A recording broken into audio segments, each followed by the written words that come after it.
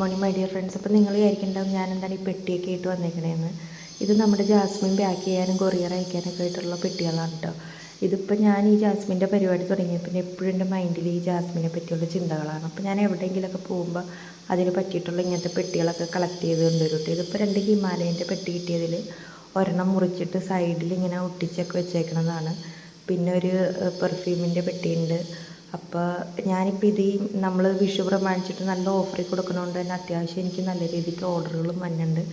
അപ്പോൾ എനിക്ക് നല്ലോണം പെട്ടികളൊക്കെ വേണം. അപ്പോൾ ഞാൻ കിട്ടുന്ന സ്ഥലത്തു നിന്നൊക്കെ ഇതുപോലെ കളക്ട് ചെയ്ത് വെക്കോട്ടോ. അപ്പോൾ എന്നോട് ഈ കസ്റ്റമർ അയച്ചു കൊടുത്ത കസ്റ്റമേഴ്സ് തന്നെ ചോദിക്കും, എന്തിനാണ് ചേച്ചി ഇത്രയും വില കുറച്ചിട്ട് വിൽക്കണത്, പുറത്തൊക്കെ നല്ല റേറ്റ് ഉണ്ടല്ലോ എന്ന്.